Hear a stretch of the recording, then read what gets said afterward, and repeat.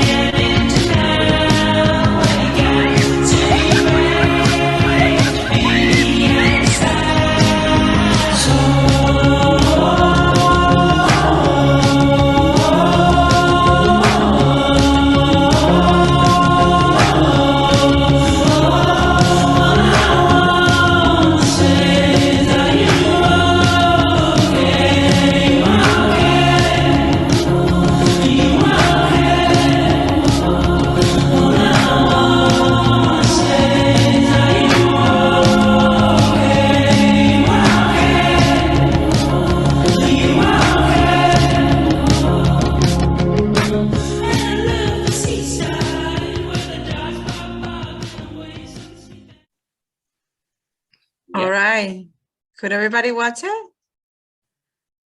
So I love this video because it's a video made from a student. It's not made by CIE. So she highlight, you know, all her best moments, which is pretty much a summary of the program. I mean, that's our trip to Cadiz. We went to an amusement park, the activities, the dancing, the pottery. You see everything, the kayaking. You see pretty much everything. That's her. I've started the video. Oh, Danny, you want to go to the next slide? Yeah, sure. So, okay, sorry, this is us, and Emily and Avery are here. That's where Seville is in Spain. I'll keep talking until you guys have questions, but this is just another summary. But I think the video represents more what it is. You can keep going. So Seville is in the southern part of Spain.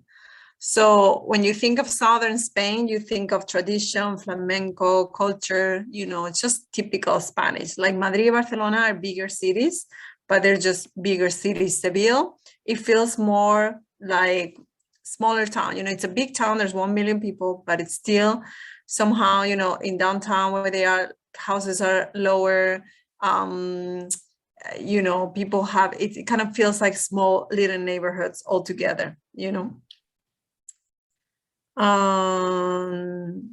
Top reasons to go to Sevilla, Avery and Emily, you can add to this, but food, well, fiestas is like, you know, traditional holidays. Art and architecture, you can really see that in Seville, the influence of, you know, Moorish and all that. I love architecture, so it's really pretty just to walk around. You know, the old Jewish neighborhood, just everything. Soccer, if you're a fan of soccer, I remember last summer was like, you know, the games too. The students were like, you know, Spain is playing. Flamenco, obviously, it's where they say where flamenco was born. Landscape, you know, we get to explore, we take a trip to the beach. Rich history, you learn this through your classes and through the trips that we do, through the tours. And obviously the most, you know, what everything it's around the language and learning Spanish through your classes, through your host family, and, you know, through other Spanish friends, and yeah, in activities and in the trips. So highlights of Seville, that's a wonderful picture of Sevilla. You see the cathedral over there in the Giralda, the tower.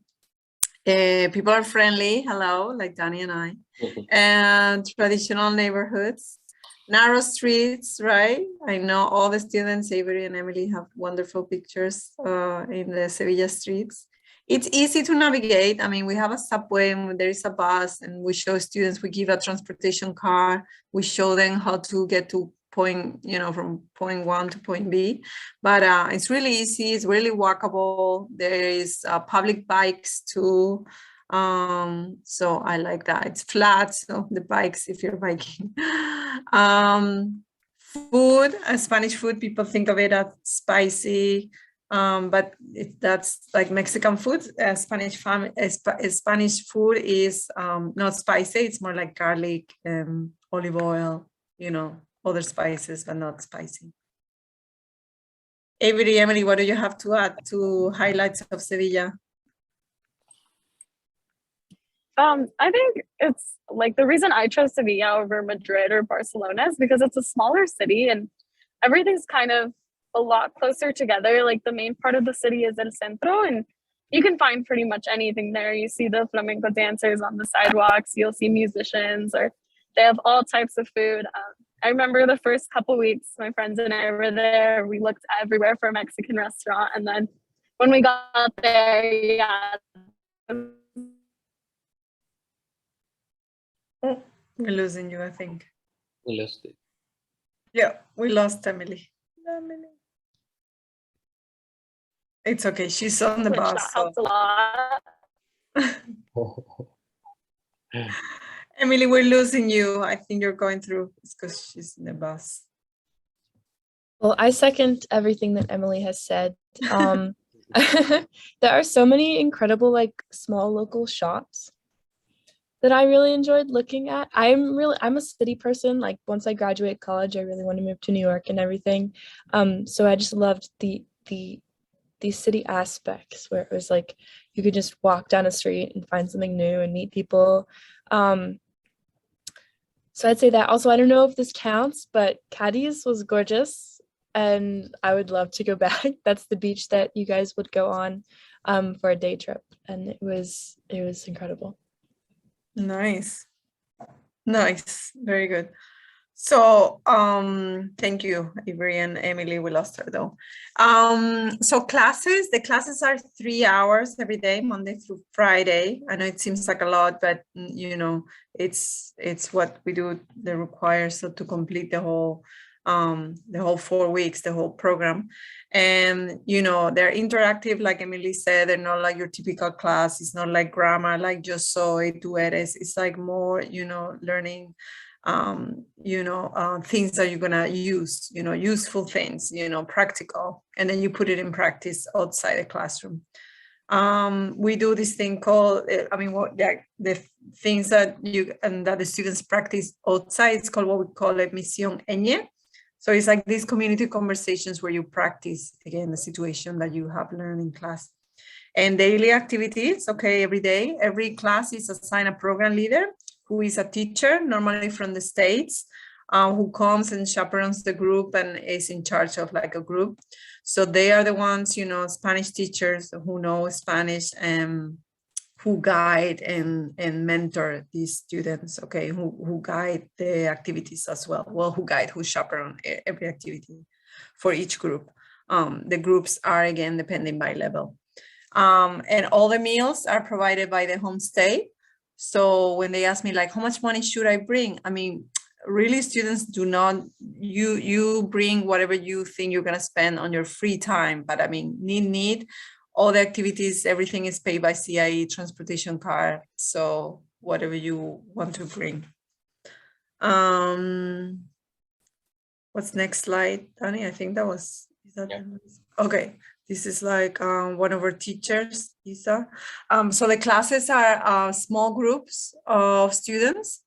The teachers are local and the lessons are, coordinated. And again, it's all planned around what activity you do that day, what excursion we're gonna be taking. So it's all around that. The teachers know what activities you're doing and they'll be asking you according to that. And again, everything is designed to help you build your language skills. All right, we talk about this. This is what you practice. We have here a couple of students asking a lady outside in the street about, something, and, that's where you practice what you learn in class. I remember one day we actually got to interview a real flamenco dancer. That was really cool. We just there was just like a group performing in El Plaza de España, and our program leader just walked up to them and was like, "Hey, can we like steal one of you for a couple minutes?" And it was really cool. Nice. The activities like Emily and Avery share, like cooking class, they see them there with preparing gazpacho and rice, the flamenco class. There's a pottery class where they decorate a tile, and, kayak, just fun things. I think the students, Sevilla, it's a hot place, hot and dry. Families, we already talk a little bit about it. They they come in all shapes and sizes. They're close to, or relatively close to, where the students have to take classes every day, and from where the meeting point. But yeah, they have to provide 3 meals a day. They healthy and safe environment for the students. All right, so yeah, I said that in Sevilla we only offer the language program. We don't offer other programs. And COVID, I already mentioned in Spain, the restrictions and how it goes. So basically just now it's like the face mask, and that's it for now. So hopefully things stay like that. Avery, Emily, what do you want to share? Okay, questions in the chat. I love my program leader. Yeah. Who was your program leader, Avery? I forgot. Kat. Oh yeah, Kat was great. Yeah. I think isn't she still living in Spain? Yeah, she lives in Barcelona. That's right. Yeah, she's American but lives in Barcelona. So more questions I see here people haven't seen before. Anthony, I don't know if you arrived late later. Lisa, Emily, she's in the bus still. Christine, I've got a couple questions. Yeah. Will there be any trips outside of Sevilla? Yeah, the trip to Cadiz is in another province. So it's not in Seville, it's by the beach. Sevilla doesn't have it's not a beach town. And we did, last year, this year we did, the amusement park is in Sevilla, but next year when the restrictions, we're not going to have any restrictions, so we'll be doing an overnight trip to Granada, which is another town, and we'll be doing overnight, which unfortunately we couldn't do this year because of COVID, and we couldn't do overnight trips. But so yeah, very fun places, Granada. It's like a beautiful, beautiful town, and it's like 2 nights, 3 days. To answer a question I saw in the chat, we actually get a good amount of free time daily. I believe classes started at 9 a.m. or something. Mhm. Was that right? Okay. Yeah, 9 to 12. Then you would have class 9 to 12, and then 12 to 1 would be a community activity with the program leader. And then you had about, on average, like 4 to 5 hours between that community activity and the evening activity. So you could go home for lunch, go out with your friends, explore the city. So you got like a couple hours there. And then after the evening activity, there would be like probably, depending on how late it started, 1 to 3 more hours after that to do, have free time. So I would say a good amount. Yeah, so once I got over the jet lag, I was finally able to like set up a routine, and I had said that I was going to take advantage of like the siesta time to go out, but it was definitely way too hot. So my roommate and I would usually get up and eat breakfast, or we'd go out to breakfast on our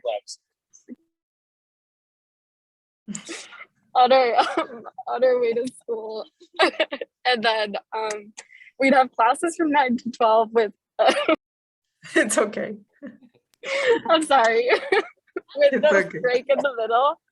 And then our classes were like 3 hours long, which felt like it was a long time, but it wasn't, because it's just one class per day. And then after that we'd go into the community And that was usually like Avery had mentioned, we got to interview a dancer at the Plaza España. And then basically after that, we had the whole day to either go the lunch to go explore with your friends, or you could take advantage of that siesta time. And then we'd have activities sometimes at 5 o'clock, which was like a cooking class. And then we had the rest of the evening free. So we definitely had a lot of free time. We pretty much had the weekends free to spend it with our host families, or we'd meet up with our friends. So it was a very flexible schedule.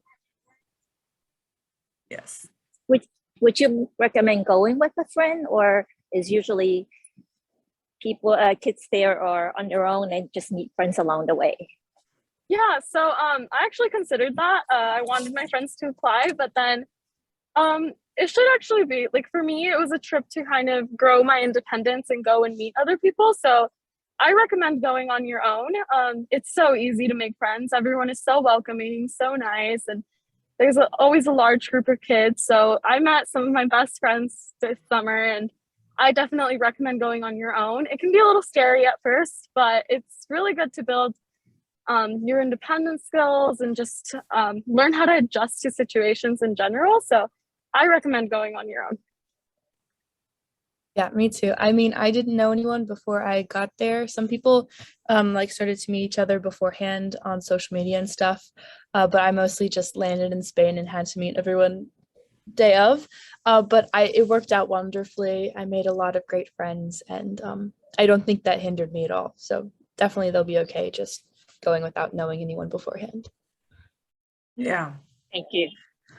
Yeah, thank you. I think, yeah, I see. I don't think the students normally know each other. It's kind of rare that they are from the same school, or maybe they are like, oh yeah, you're from another grade, but they didn't even know they were both applying or something. But it's, yeah, I mean, students make friends very easily. I mean, because they all going through the same stuff, they in the same class doing activities together, so they bond really quickly.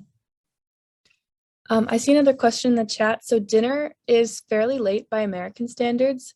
It was usually about 10 p.m. at night.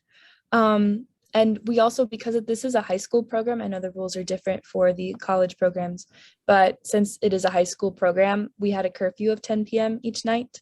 So it was pretty rare that you would go out to eat with friends. That usually happened at lunch if you wanted to. But so for dinner, it wasn't quite common just because dinner is around 10 and then we had the curfew at 10. So what usually happened was my roommate and I would get back from hanging out with our friends and we would all have dinner together with the host family. I think it also depends on your host family a lot.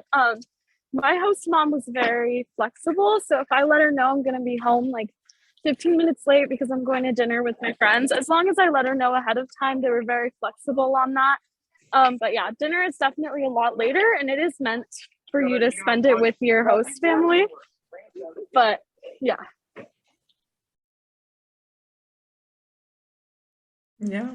Question. My son will be 14 years old when he starts programming. He'll actually have his 15th birthday during that time frame. Do you feel like that's a little young, or do you think that that's a good age, or?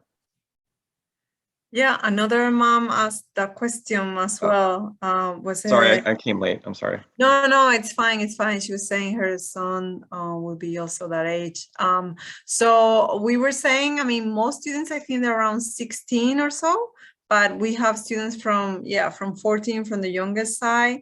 I mean, if you feel you said your son, no? Or yeah, if you feel, I mean, your son, he has traveled before or he is ready for this. I think it's very important when the idea of going abroad comes from the student itself. I think it matters what age they are. You know, I feel if they think they're ready, it's like I feel we need to nurture that, you know, and at least, you know, we prepare them obviously, and we're here and we, you know, everybody, you know, we watch out. Obviously safety is our number one priority for students, but if he wants to do it, if he's ready, he say, I want to do it. I heard from my friends, or like I saw this online, I want to do it, then, you know, and it's 4 weeks, it goes by so quickly, you know, that I think it's a good first, you know, to get all excited.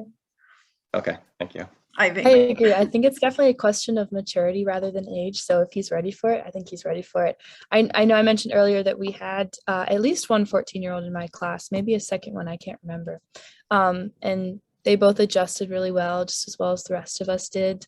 But then about the birthday, I think that's actually like pretty exciting for him. I know one of my friends on the program also had her birthday while we were there. And we all got dressed up and went out to dinner, and it was just a great way to celebrate.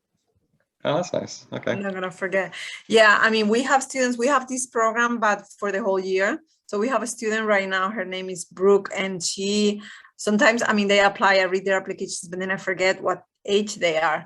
And this girl was 14 when she arrived, and she, I mean, Danny and I, we pick her up from the airport, and she's like, she had all these crazy layovers. She traveled by herself. She went through parties, and she's like, she had all these heavy bags herself. And I'm like, oh, that's Brooke. And we are like, she's like, I was in Paris. I had no English or French, but I made it somehow. And she is so confident and so, you know, just she turned 15 during orientation, and everybody thinks that she's much more mature. Like I have students who are 18 and they're just not ready yet to do anything on their own, to even like, don't wash the dishes.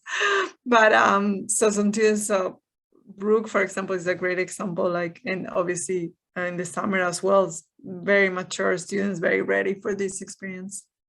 Cool. Sorry, they made another question. So for the next question in the Oh. chat, I'm not quite sure how it'll work this summer, but last summer when I went, I know that I had an American roommate. I don't think there were more than 2 students per household, but I do think that most people had an American roommate. And I say roommate in like the American sense, where it's like sharing an apartment sort of roommate type situation. It's really a housemate because everyone gets their own bedroom. But I would say not more than 2. But Raquel, are we doing roommates again? Okay. That's a good question. We try to avoid that as much as possible, depend on like numbers, availability, host families, and all that kind of stuff. But yeah, as Avery said, if we place students, it will be in 2 different rooms. And yeah, no more than we never put more than 2 students. I mean, it will be very strange that we do that. So yeah, 2 max. And Erica, I think she's asking about how many students are in each group. In each group of the class? Yeah, or I think she's asking about the class. The classroom, it depends. Some classes had like 6 students, depending on the level, and some had like, I don't know, Avery, I think your class had like maybe 15, 16, or no. I feel like there weren't more than like 10 of us.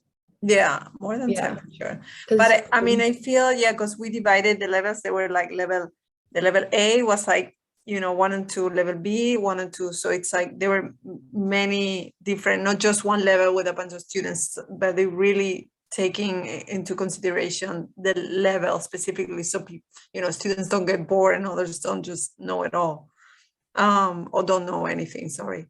So the group, I would say around 10, max 10, 12, I think, something like that per level.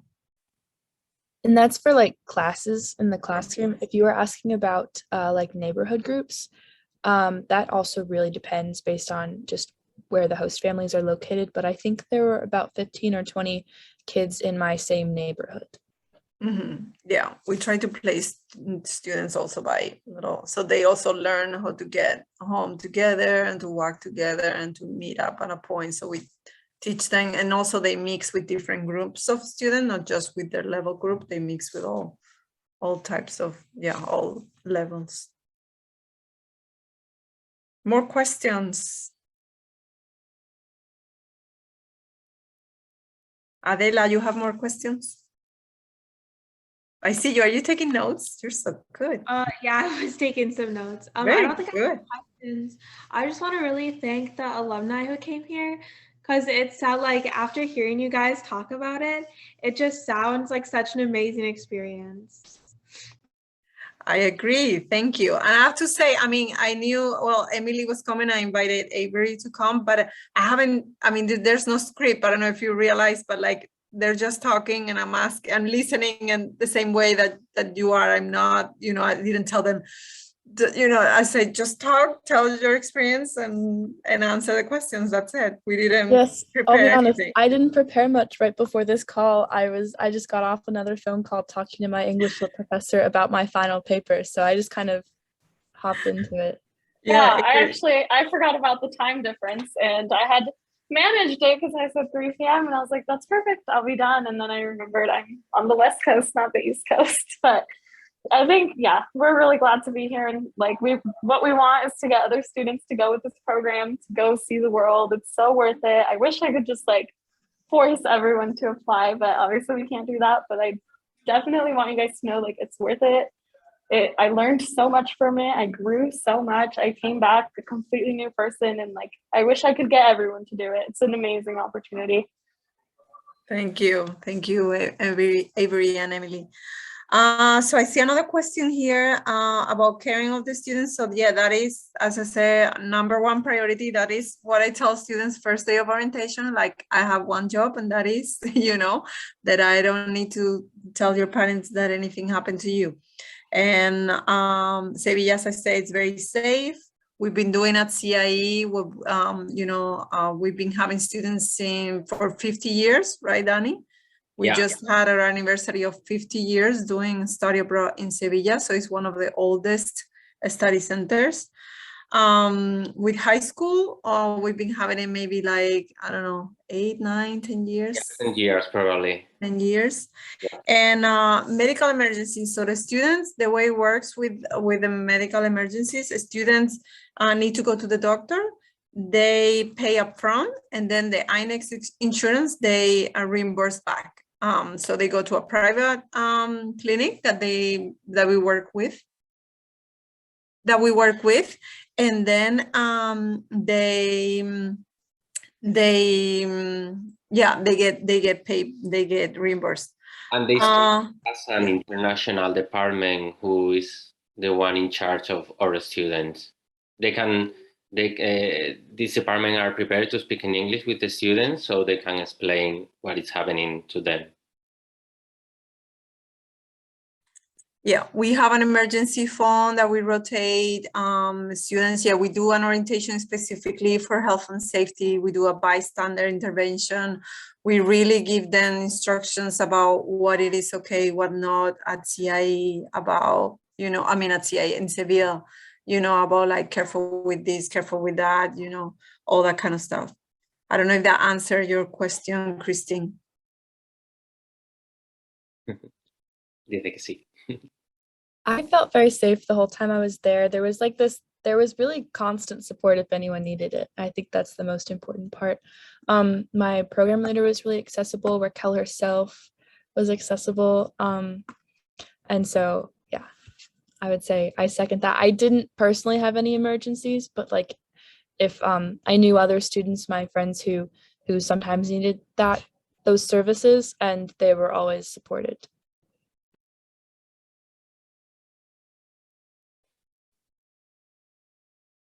Did you find that you could pay like with a debit card, or is cash preferred? Yes. Okay. Yes to the debit card, but there are some things that you can only pay for in cash. So for instance, the transportation cards we're given can only be reloaded with cash. So if for any reason you need to put more money on that card, you're going to need cash for that. And I would definitely recommend bringing cash and coming with cash, because there are ATMs on the street that I was able to use, but it's of course an international banking situation, so there's a huge fee. But most places I did pay with my debit card. Like if I was going out to eat or buying a souvenir, I could definitely use my debit card, as long as you of course let your bank know you'll be in Spain. Yeah, I used my debit card pretty much the whole time, and like Wells Fargo has a travel plan, so your card doesn't get blocked and stuff like that. But afterwards, I did notice there is a little bit of an international fee on those. So I would just talk to your bank ahead of time in order to figure that out. And then what I did as well was I just exchanged money at the airport. And that was probably the cheapest I could have done, was exchanging it. I exchanged it at the Dallas airport before going to Spain. And it wasn't too bad of a transaction fee, but I would recommend getting a little bit of cash and then using card, just because it's easier to manage. Like how much cash? I think I only had 40 euros, and that was enough. Yeah. Because I paid for most stuff with my debit card, yeah. I would also say over the course of the month-long trip, I probably spent about 300 euros, maybe. No, I'm sorry, 400 euros. About 400 euros on but I bought a lot of souvenirs for everyone. So about Yeah, 100, for sure. 100 a week, no, Avery? You spend. Yeah, pretty much. Yeah, I think everything you need is basically paid for. Your actual meals and transportation and everything is basically paid for. So the extra money is really just for anything that you want to buy.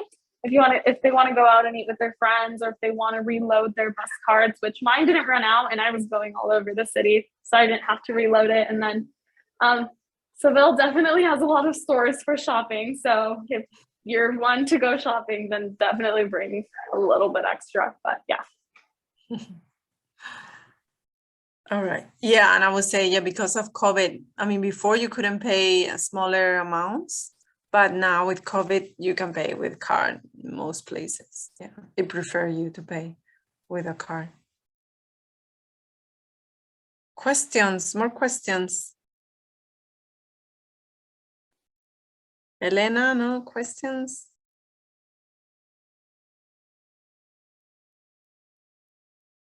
All right. Well, this session was recorded. It is recording, so I think they will send it to you. My